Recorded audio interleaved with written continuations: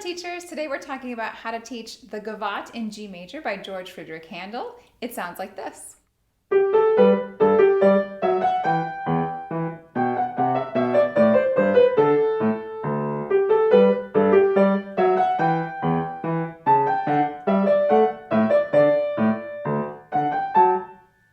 And of course, there's much more after that. If we haven't met before, my name is Jana Williamson, and welcome to my home piano studio in the suburbs of Chicago. I love this little piece. This might be my favorite piece by Handel to teach intermediate students. It's definitely at an early intermediate level, and it lines up with similar difficulty to many of the things that we teach from the notebook for Anna Magdalena Bach. So we have an example here of a Baroque piece not by Bach or not found in one of his notebooks that is very fun to teach. The main teaching points here would be this, Baroque style. It's a dance. It has this very lilty kind of upward motion feel. You can almost feel someone skipping along or dancing along to this, as well as having to play two hands with very independent lines that do bounce around. That's what gives it that dance-like feel. So the challenge for students is to, of course, play this with those two hands doing very independent things. I would not call this contrapuntal in the true sense. This is not written like a fugue or an invention, but the hands are extremely independent. And while the left hand is providing a lot of harmonic support with these basic intervals and octaves, it's still moving around a lot and very independent on its own. Today I'm looking at this in Jane McGraw's Classics Alive, Book 1, the Red Book. If you're not familiar with this book or this series, I would suggest that you check it out. She has a slightly different philosophy with this series than with some of her others, such as Masterwork Classics, in that she chooses a few composers and gives you several pieces by the same composer so that students can get to know those composers pretty well, all within one general level. These books do span a little bit more level than, say, Masterworks Classics do. So between books 1, 2, and 3, you get a lot more level variety than you would with the same kinds of levels in Masterwork Classics. All that to say, the reason I'm mentioning that is there's several pieces by Handel in this book. So if you are less familiar with his works, or if you find, like me, that you end up teaching mostly Bach for Baroque pieces, then this is a great series to explore to get a few more fresh ideas, particularly Handel and Scarlatti. Okay, so we're in G major, which is not a very difficult key. We have a lot of basic G major scale patterns and obvious movement around the tonic and dominant in G major, and D major. Your students before playing this should know their G major scales and chords. They should be very familiar with that key at this point, at this level.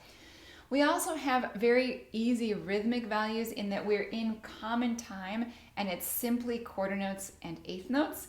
So there's no big complexity here. We're mostly going to work on getting around the keyboard, playing this technically, and then playing this with a lot of really great style. So let's talk about how to learn this then. I always advocate for my students to do more hand-separate practice in the early stages with a Baroque piece than they might with any other style, because the hands are independent and because we want to hear each line. In this case, we want to hear the left hand just as much as we hear the right hand. We want to know what it's doing. We want to love our left hand and admire all the intervals and fun things that it's doing. In addition to that, because the lines are independent and they move around more than a more static accompanimental figure such as Alberti bass in the classical period, you have to focus more on fingering in music like this. And let's be honest, early intermediate students are not great at making sensible fingering choices, nor are they always great at using consistent fingering.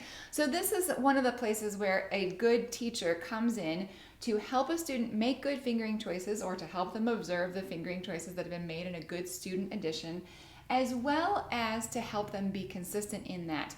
So if you have games you like to play, such as 7 Stages of Misery from Philip Johnston's Practice Revolution, or any other game that encourages accuracy and reliability, being able to play accurately multiple times in a row, you're going to use it on a piece like this. Even just something like playing 2 measures or 4 measures hand separate with accurate, consistent fingering.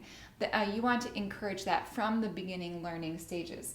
So let's take a little look at this left hand. We do have several octaves, so this is a good study in bouncing your hand on broken octaves. There's no blocked octave, so your student does not need to be able to reach an octave. That's not what we're worried about here. It's just being able to bounce effectively with those octaves.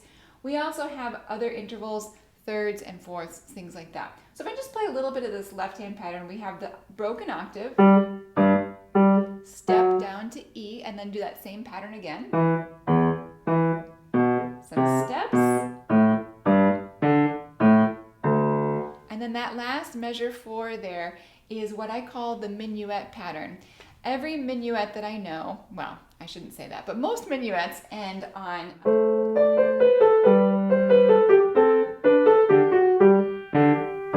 the 1, 5, 1 to end that. So it's always the octave on the outside with a fifth on the bottom.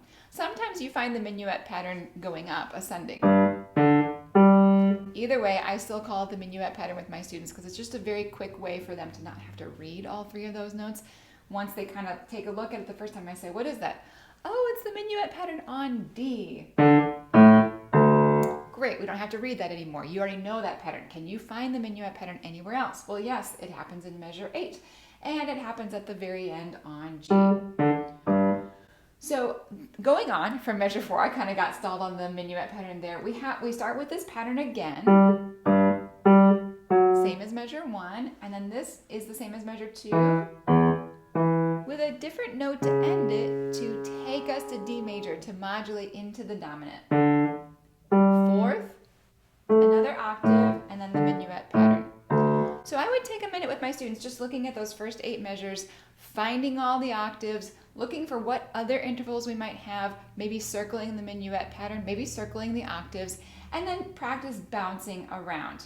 It's less important that you use really amazing fingering here because a lot of it is just bouncing with your 1 and your 5, using your 2 a few times, but I would also draw their attention to the fingering that Dr. McGraw has written in, just so they're from the very get-go taking a look at that. Moving on, after measure 9, we have some slightly different patterns. You can work through that with your students, some stepwise, some, there's a minuet pattern in measure 14 on A going up. But the part I want to draw your attention to is at the very end, measure 17, the left hand does octaves moving up. You can draw your students' attention to the fact, if they can reach an octave, they could block these for a second. C, D, E, F sharp, and then we just have 1 G on the top to finish that. Note that when you do that, it means it's a 9th coming up to go to the next one, and students do frequently miss this. So I want them to see that it's C, D, E, F sharp, G, or Fa, Sol, La, Ti, Do if you use solfege. So that they're just not missing that. And then we have 1, 4, 5, and then minuet pattern on 1. So again, that left hand really is providing a lot of harmonic support. It's a bass line that has interest, but it is also just outlining tonic, dominant, subdominant, those kinds of things. All right, the right hand has a little bit more need for attention to fingering. I would first take a look at these fun little repeated note patterns after we've played the first motive. Fine, that's easy. They'll get that in their ear right away. After that, these are really fun to play, and I would want my student to start each group of 2-note slurs on finger 3. And then if we take a look at places like measure 11, this is another place to kind of work through the fingering. I like that 5, 2, 3. It's a little bit of a stretch if you have a smaller hand, but then you contract right away when you play your 3 on the E. So again, go through all of that, noting again that the tricky spot, pick up to 17. I would generally use the fingering she has here, 4, 1, 2, but when you get to this one, the pick up to 18, you might want to use 5, 2 because of the F sharp. You can also play that with 4, 1, 2. Your student just needs to be ready to slide in to play the black key.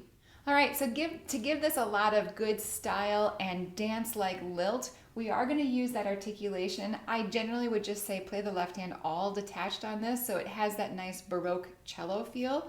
If your students have never heard a Baroque ensemble, then I strongly recommend looking up the Netherlands Bach Society on YouTube and watching some of their orchestral works. The Baroque cellists, they have this just very nice way of bowing that gives this lovely dance-like detached feel. And then the right hand, the articulation that Dr. McGraw has here is lovely. Loads of two-note slurs. You lift between those, you lift between the longer slurs as well, and it gives this lovely feel. In addition to that, McGraw has included dynamics. Now remember, Handel probably would not have written these dynamics, so when you look at dynamics in an edited Baroque score with your student, you can remind them that they actually have a little bit of choice. They can change the editor's markings if those dynamics are not found in an Urtext edition. But what I like about her dynamic choices here is that we start forte, so a nice confident opening, and we end forte, so a nice confident strong ending. And in the middle, we get to use a couple of echo dynamics. The main one here would be pick up to 9 is she's marked mezzo forte. And then an echo of that similar pattern, piano. Which is really nice for the minor moment. Sounds like E minor there, so it's a lovely way to do it. Overall, dynamic choices should give you a lovely shape for the whole piece, as well as highlight sequences or any other movement that you could easily do going up or going down with your dynamics, but still aiming mostly for an overall shape that makes sense to create a narrative in the piece. I hope that gives you a few ideas on how to teach this lovely gavotte in G major. If you have any questions about this piece, feel free to leave a comment below. If you have suggestions on more pieces that you'd like to hear, then absolutely leave those in the comments as well. I wish you all the best in your teaching and playing.